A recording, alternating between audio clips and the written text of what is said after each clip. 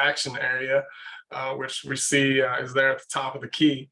So he can prepare to determine if a screen is going to be set. Additionally, if we look at the center slot official, she's free throw line extended.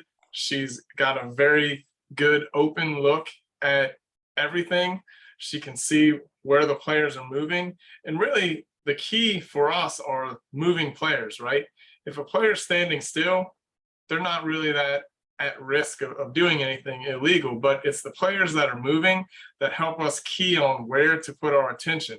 So if we see the player move toward the ball, then we can help out there. If we don't, then potentially we have to help down in the post area. And then you see our lead, he is lane line extended.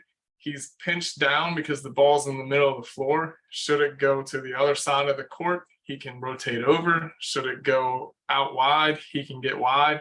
But he's in a good position right now to move wherever he needs to go based on the ball, based on the players. And so right now, starting out on this play, we're in a really good position. Yeah, so and then the result of getting in those great initial starting positions is now recognizing our matchup. So what our primary responsibility is. So here we have an end line screen, and we see center slot who's on this play and makes the correct decision, as we'll see in deciding that this is illegal. And our criteria, we're going to say it a lot throughout this session, does the offensive screener allow the defender an opportunity to stop and or change direction? And here we see late movement and thus illegal screening that we're called. And so Rob, when we go ahead, Mike. Go ahead. Sorry. I was going to say, the contact on this play, it's not much, but again, it goes from marginal to illegal once that defender is no longer able to get through and play normal defense. So even though the contact is slight, and you see it from the reaction of 41, she's like, really? That? Well, that contact got her teammate wide open for three.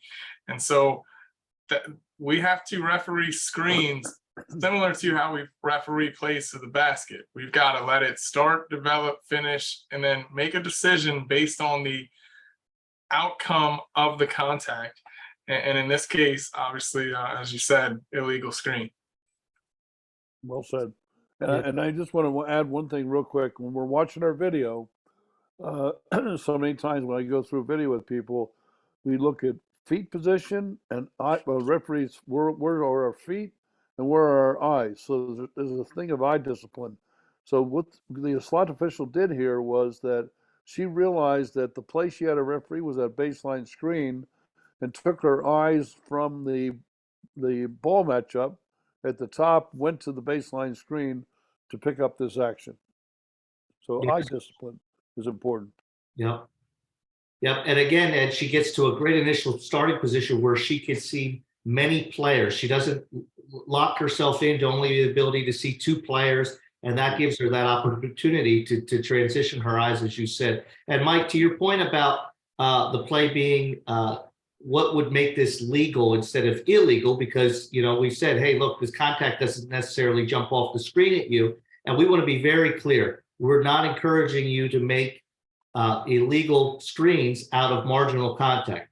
However, the defender here, because the defender tries to continue to play under the screen rather than switching, is what makes this illegal. So if you're sitting there saying, well, what would make this a no call? If the defender switches there, that's where Mike says, slow down, process, see the outcome, because then we take the same play and we can defend no call. Hey, Rob, one last thing before we go to the next play. Go to where we signal the play right there. So one last thing, not related to screening at all, but right here, boom. One thing that I think all of us need to do a better job of is dead ball officiating.